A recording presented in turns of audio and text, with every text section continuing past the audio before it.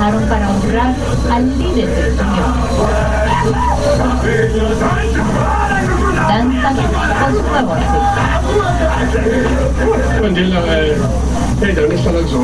Desde que Mandela salió de la prisión ya no estamos divididos, porque influenció mucho en la paz de la nación Zulú. Por eso venimos a honrarlo. Nelson Mandela, el hombre de la diversidad cultural, el hombre que unió a los sudafricanos y el hombre que liberó a este país. Así será recordado. Pues también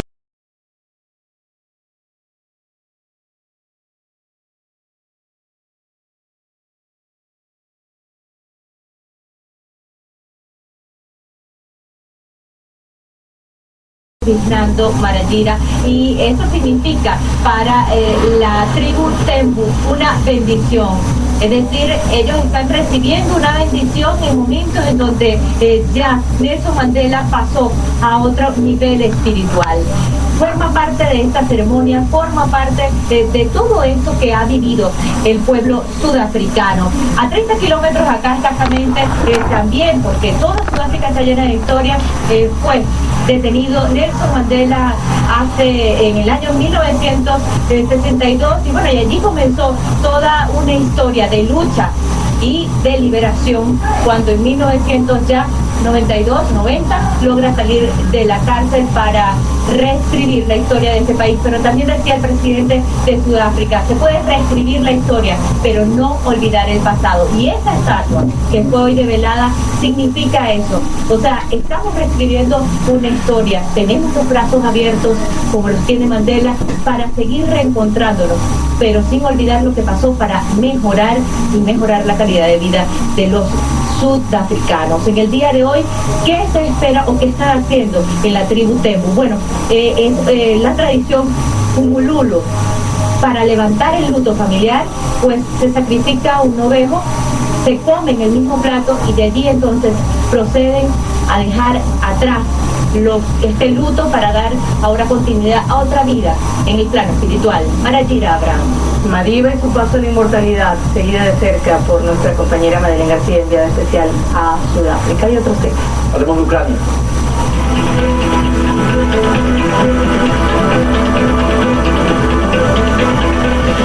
Es que varias zonas de Kiev estuvieron este domingo bajo custodia de las autoridades. Durante la jornada, la Unión Europea suspendió los trabajos de elaboración del acuerdo de asociación y la zona de libre comercio con Ucrania. Pero vemos las repercusiones que esta supuesta integración tendría en la sociedad ucraniana y sobre todo quienes actúan en este conflicto de intereses. Ucrania debe pertenecer a Europa.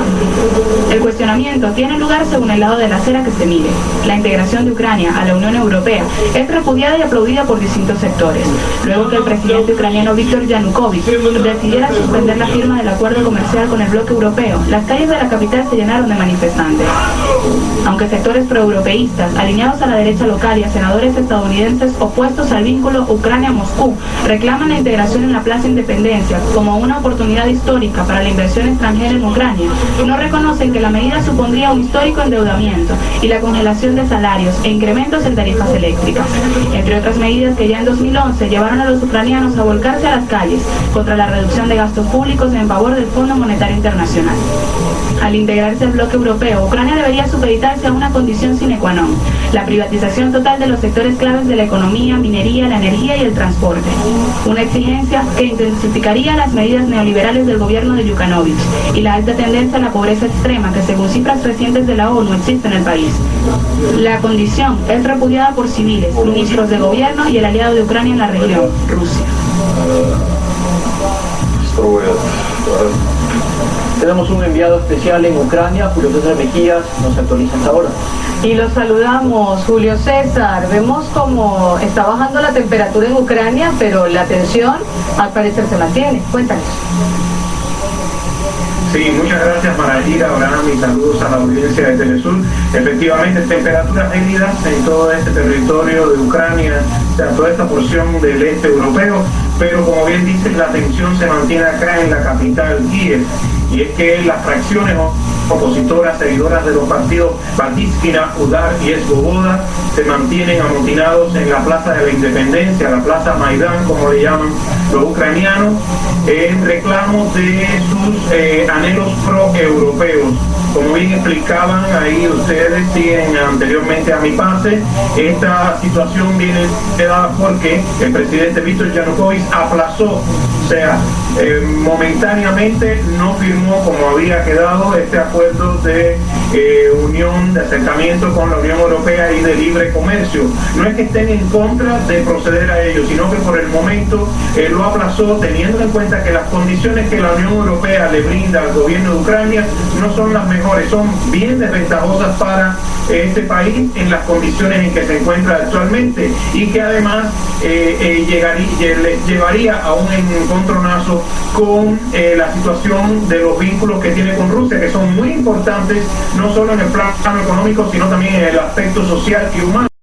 Recordemos que casi todo el este, el centro y el sur de Ucrania es muy vinculado, no solo desde el punto de vista económico, sino, como les decía, humanamente con la Federación de Rusia, mientras que el oeste, que es de donde procede la mayoría de los amotinados acá en la Plaza de la Independencia en Kiev, el oeste son más cercanos a Polonia y a Europa en sentido general. Como bien les decía, la situación está provocada porque Yanukovych no firmó en el momento en que se iba a producir en la cumbre en Vilnius, pero ratificó que era un aplazamiento, pues le exige a la Unión Europea que escuche las condiciones que Ucrania necesita para poder dar este paso. Y eso es lo que ha generado este conflicto. Como bien ustedes decían, la situación se mantiene en la Plaza de la Independencia. Estas fracciones oposicionistas siguen estando ahí presentes, han recibido el respaldo de representantes de la Unión Europea, de gobierno de la Unión Europea y también de americanos que estuvieron acá. Ellos que han sido denunciados y que han sido reclamados por diputados, personalidades académicos acá ucranianos, que han dicho que es un elemento que juega contra la unidad y la paz en el país, porque es una injerencia externa, extranjera, y que los problemas acá deben ser resueltos entre ellos, María. Agradecemos a Julio César Mejías este contacto directamente desde Kiev, Ucrania. Vamos ahora con los deportes. De inmediato con un especialista. Ahí va. Fernando Ramírez, adelante.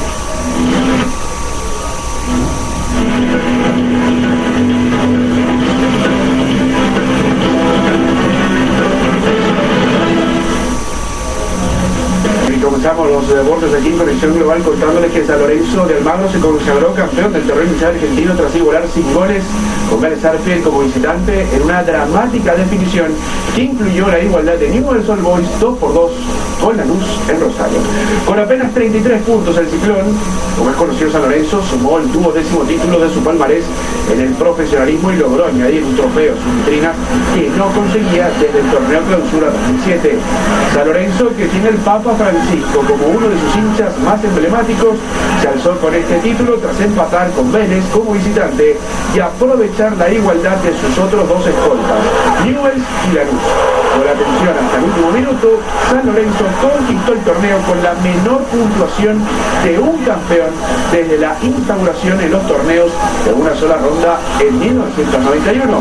San Lorenzo se había quedado este semestre rápidamente eliminado de la primera fase de la Copa Sudamericana contra River Plate y había perdido la final de la Copa Argentina con Arsenal de Sarandí. Vélez, de irregular campaña con Ricardo Gareca, quedó a un tanto del título porque un triunfo ante San Lorenzo hubiera dejado el trofeo de campeón en su vitrina.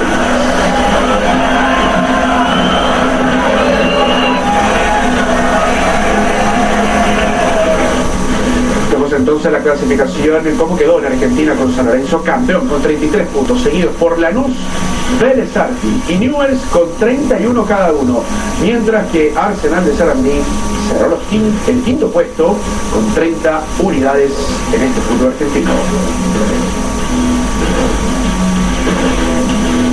Días de Giro Deportes en Conexión Global continúen con más, con Abraham y Ara y Parayera.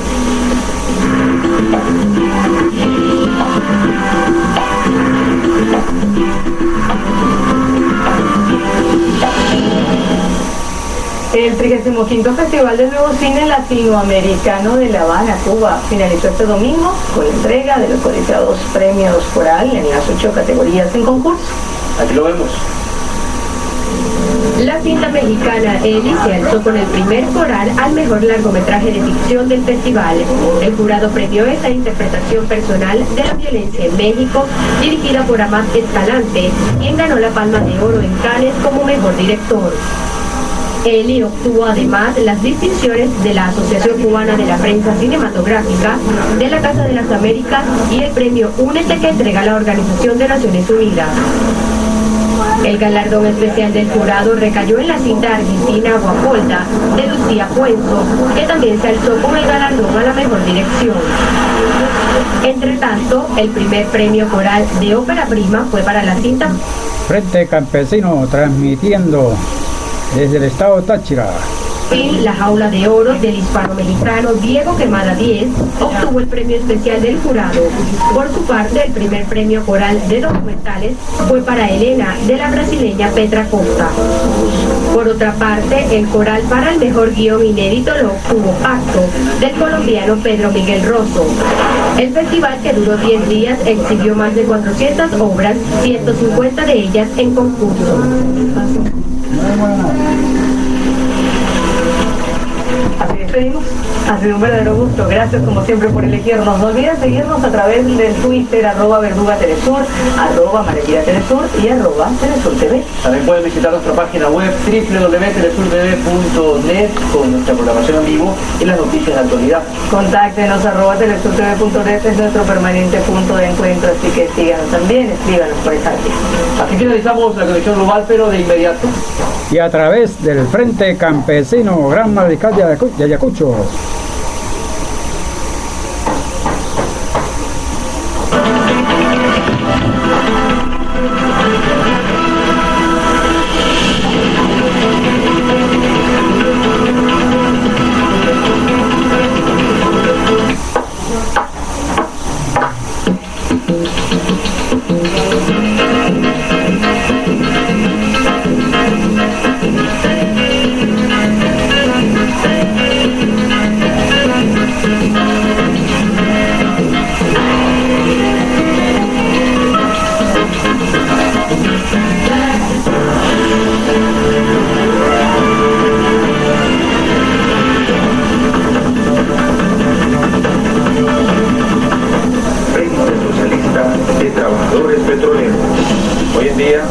Estamos en contra del sabotaje económico que emprende nuevamente la oposición en nuestro país.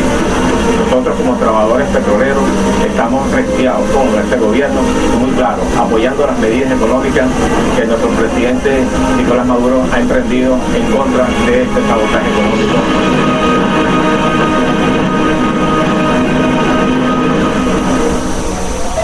Un pueblo que muere de hambre. El gobierno lo somete a la pobreza y el abandono. Falam como se fossem acionistas, donos da empresa e nunca donas dos terrenos das populações. Las multinacionales solo se benefician del negocio del hambre. Hoje que a gente gosta de fome. E meu pai, e meu avô, e a minha mãe, e a minha pátria. Eu admiro quando você foi ser arrancado de 6 mil. Sem nenhuma vez. Pachamama, especuladores del hambre. Este martes, solo por Telesur. Más de 26 periodistas muertos. Elecciones anticipadas. Ya hay aviación militar de combate, el socialismo no se puede conseguir con las armas mediadas al capitalismo.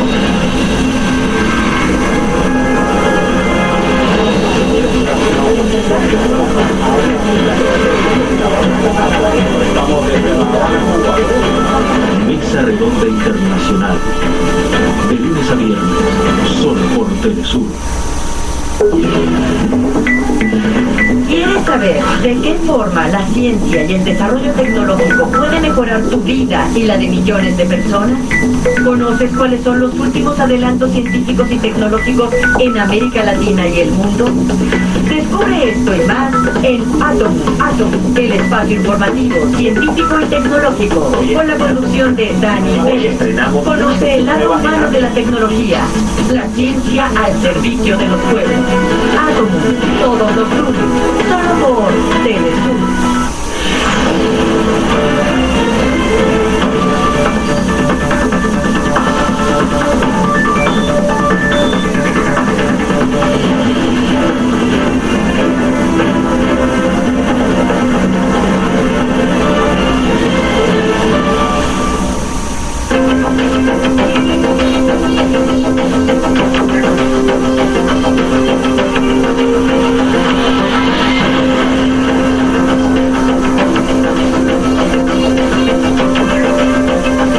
No hubo sorpresas. Bachelet, presidente por segunda vez en una jornada marcada por una muy fuerte abstención, que representa en este país ya una constante evaluar y desde donde se ha pedido reflexionar bastante. Las redes sociales se volcaron este fin de semana en campañas encontradas, una a favor del voto y otra en contra, a favor en este caso de la abstención.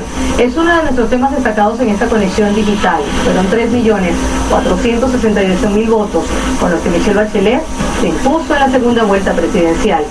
Sin embargo, muchos opinan que triunfó la abstención, que alcanzó la cifra de 57,93%. La misma Bachelet se refirió a este numeroso sector que no votó y que dijo debemos hacer que los chilenos y chilenas vuelvan a creer.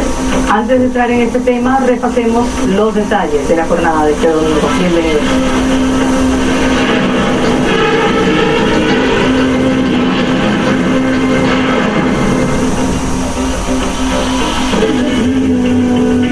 Un 62% de los votos alcanzó Michelle Bachelet, convirtiéndose una vez más en presidenta de Chile. Tras sus adherentes, se comprometió a avanzar en los cambios que los chilenos reclaman. Gracias a ustedes, especialmente gracias a los jóvenes, se han manifestado con fuerza las ansias de construir un sistema educativo público, gratuito y de calidad. Poco después de cerrar las mesas, la tendencia mostró una clara derrota de la candidata oficialista Evelyn Matei, quien sin esperar nuevos cómputos salió a reconocer su fracaso ante Bachelet. Lo más profundo y honesto es que le vaya muy bien. Nadie que ame a Chile puede desear lo contrario. En el mismo comando de Matei comenzaron los cuestionamientos y las explicaciones por la caída en esta elección.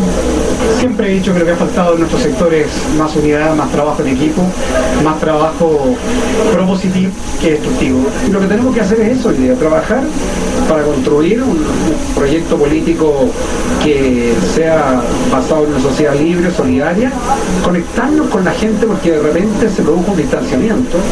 La jornada electoral de este domingo estuvo marcada por la alta abstención que rozó el 60%, dando cuenta de la disociación de la política con una sociedad que exige cambios de fondo a la institucionalidad heredada por la dictadura que encabezó Augusto Pinochet. Vamos a repasar a esta hora el perfil de la ganadora, Michelle Bachelet, la nueva presidenta de Chile, una mujer que llega por segunda vez a la presidencia de su país. Recordemos que es la primera vez desde la restauración democrática en 1990 que un gobernante repite presidencia, teniendo en cuenta que constitucionalmente en Chile los mandatos no pueden ser consecutivos. Michelle Bachelet gobernó su país entre 2006 y 2010, convirtiéndose en la primera jefa de Estado en la historia de Chile. La ahora presidenta electa es definida como de centro izquierda, es médico de profesión y militó en la Juventud Socialista durante el gobierno de Salvador Allende. Tanto ella como su familia fueron detenidos y torturados tras la llegada de la dictadura de Augusto Pinochet. La exmandataria vivió en el exilio, pero ingresó a su país natal con el regreso a la democracia. Antes de ser elegida como mandataria, fue ministra de Salud y de Defensa en el gobierno que le precedió. La reciente campaña electoral de Bachelet se basó por su lucha contra la desigualdad social. Sin embargo, la oposición recuerda que en su gestión se incrementó la brecha entre el 10% de los chilenos más ricos y el 10% de los más pobres. ¿Cómo se ha comportado el Twitter en torno al triunfo de Bachelet? Vamos a leer algunos de sus comentarios que han estado circulando a lo largo de la jornada, desde ayer y también durante el día de hoy. Iván Ojeda ha dicho: reelecta Michelle Bachelet, ahora ella debe probar que según las partes pueden ser buenas y hasta mejores. Le da un voto de confianza a la presidenta electa. Carliños hizo bajo 7, adiós 6% de crecimiento, adiós 5% de cesantía, adiós 4% de inflación. El Chile que viene, Bachelet. Ha escrito también Max Boza y Boza lo siguiente: Bachelet gana en Chile, otro paso en el camino del pueblo a su emancipación. El hashtag utilizado ha sido socialismo, venceremos, saludos desde Italia.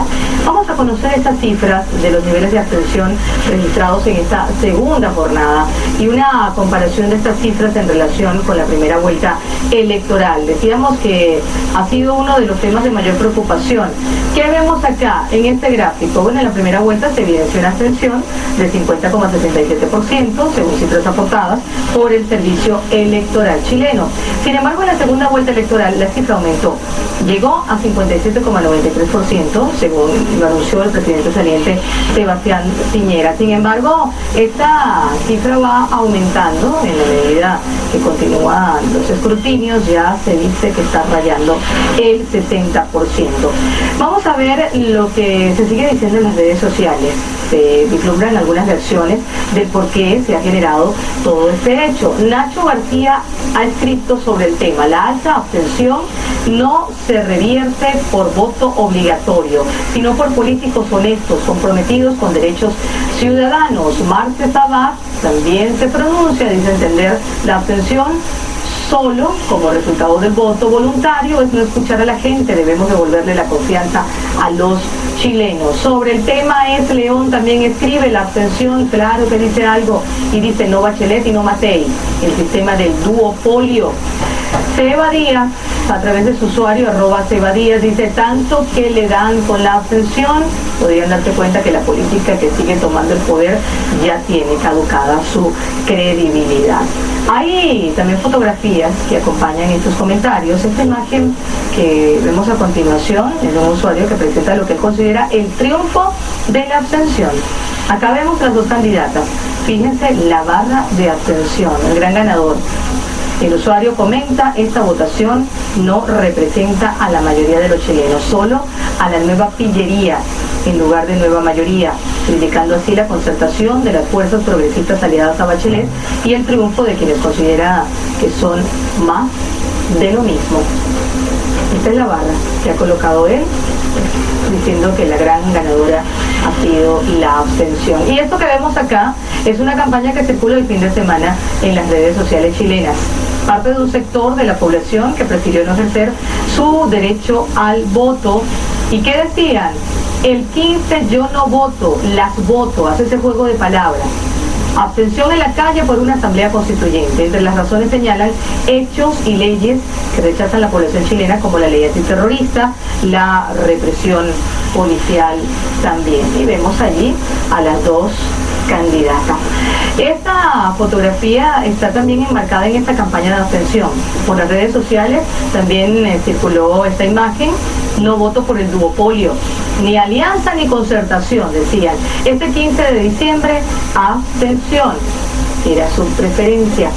¿Cómo ha sido ese comportamiento? Es importante también conocer lo que ha sido todo este fenómeno en las redes sociales a favor y en contra de la abstención. Para ello establecemos desde ya el contacto vía conexión digital con nuestra compañera Beatriz Mitchell desde el comando de campaña de Michelle Bachelet, donde hace minutos ella ofrecía su rueda de prensa. Hola, Beatriz. Hola Marayira, ¿cómo estás? Bueno, aquí estamos en el comando tal como tú dices. La actividad en las redes sociales ha sido bastante alta. ¿Por qué? Por supuesto, porque es una elección presidencial muy importante para el país. Se ha definido la próxima presidenta de la República, que asumirá el 11 de marzo del año 2014. Es por esto que que las redes sociales han sido eco también de lo que ocurre en las calles, de lo que dice la ciudadanía. Por un lado, anoche muchos adherentes de Michelle Bachelet estuvieron en las calles, estuvieron en las cercanías de su comando, que también estaba cerca del Palacio de la Moneda, el Palacio Presidencial, y es ahí donde celebraron el triunfo de su candidata. Mientras también un pequeño grupo de personas se reunió en Plaza Italia, después de una convocatoria que se realizó justamente a través de las redes sociales, a través de Facebook y a través de Twitter. Convocaron a una protesta en contra de las dos candidatas y para demostrar que la abstención había sido la gran ganadora. A pesar de que a través de las redes sociales mucha gente habló de este tema, mucha gente aprobó el tema de que la abstención había sido una manera de manifestar el rechazo a Michelle Bachelet y a Evelyn Matei.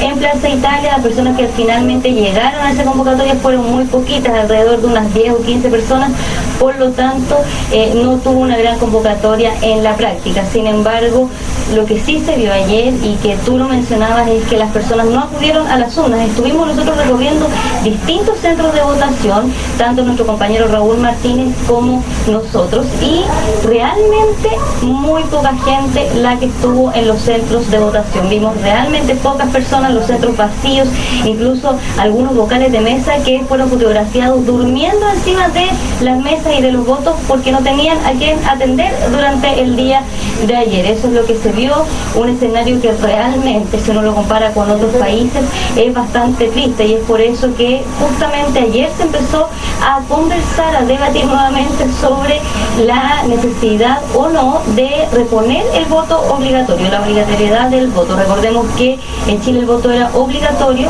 hasta el año pasado, que se realizaron las elecciones municipales, y esta fue la primera vez que el voto fue voluntario. Por lo tanto, esta es la primera elección presidencial con voto voluntario. Sin embargo, hay otras personas que están pensando más bien en no reponer la obligatoriedad, sino que en volver a que la gente vuelva a creer en la política, hacer que la gente vuelva a pensar en que la política puede cambiar su vida. Un dato importante, Marayir, en este sentido, es que las personas que menos acuden a las urnas son las personas más pobres de Chile. No son las clases altas ni las clases medias altas, que los más pobres son los que no van a las urnas, y son justamente estos sectores los que son los más descreídos, los más desmotivados, los que se sienten también más engañados por todos los gobiernos que ha habido en los últimos años en este país. Se abren entonces, a partir de estos datos, importantes puntos para el análisis y para profundas reflexiones, sobre todo el debate también sobre la obligatoriedad o no del voto en esta nación del sur. Beatriz, agradecidos por este reporte vía Conexión Digital. Qué buen tema este, decíamos, no solo para el análisis, sino para estas profundas reflexiones en torno a la conciencia política de los chilenos. En redes sociales también los presidentes han saludado el triunfo de Michelle Bachelet. Hace minutos hizo lo propio el presidente de Ecuador, Rafael Correa, a través de su cuenta @MachiRafael. Un abrazo a todos, felicitaciones a nuestra querida Michelle Bachelet, a Chile y a toda la patria grande. Michelle es un orgullo y ejemplo. Lo que vamos a revisar ahora es lo que dicen algunos portales digitales. En la Tercera de Chile encontramos gráficas que explican cuánto debe contener el quórum que necesita Michelle Bachelet. ¿Para qué? Para cumplir esas principales promesas de su programa de gobierno. En la reforma educativa de 120 parlamentarios establecidos en la Cámara de Diputados del Congreso, la nueva mandataria cuenta con 67 parlamentarios electos, pero necesita al menos 69. En el caso de los senadores cuenta con 21 y necesita 22. Para la reforma tributaria tiene en su equipo 67 diputados electos, faltarían tan solo 2 para completar el quórum. De igual forma, en el caso de senadores solo falta 1 para llegar a los 22. En la reforma constitucional, que ha sido bandera de su campaña, tiene 67 diputados electos y necesita 80. De los senadores cuenta con 21 electos y necesita 25. Ahora bien, para llevar a cabo la reforma del sistema electoral, el cual buscará restituir aplaudir o sustituir al actual sistema binominal por uno que represente de manera proporcional, necesita 72 diputados y 23 senadores. Sin embargo, el proyecto de administración de fondos de pensiones tiene quórum calificado con mayoría absoluta de diputados y senadores en ejercicio. Para esos cambios estructurales se habla ya de posibles alianzas. Notiamérica.com, esta es la revisión que iniciamos desde ya de esos portales digitales del mundo. ¿Qué nos dice en su titular? Chile, hackers advierten a Bachelet que se encargarán de hacerle difícil la cosa tras su victoria, así tal cual. En el texto resaltan que el grupo de los hackers LUCEF atacó este domingo la página web del Ministerio de Educación de Chile, ha dejado un mensaje para la presidenta electa, dice: señora presidenta, nosotros nos encargaremos de hacerle difícil la cosa, el próximo año será una etapa de movilizaciones, ya basta, necesitamos cambios ahora. Por las redes sociales también se viralizó una sátira a la campaña de la presidenta electa abanderada de la nueva mayoría. La campaña original se denominó. Hola Daniel, aquí transmitiendo desde la aldea del Carmen. ¿Qué le dice usted al pueblo venezolano? ¿Ah? ¿Qué? ¿Qué le dice usted al pueblo venezolano? Nada. Nada por ahora. Bueno, chao.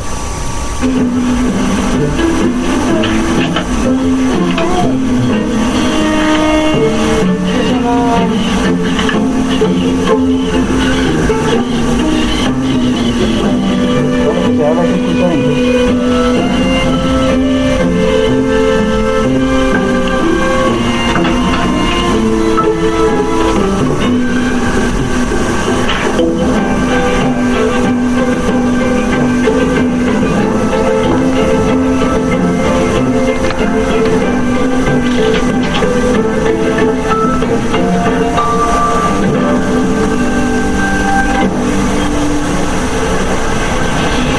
Vamos a ver la sátira que se viralizó denominada La Nueva Pillería. Desenmascaran el lavado de la imagen de la conservación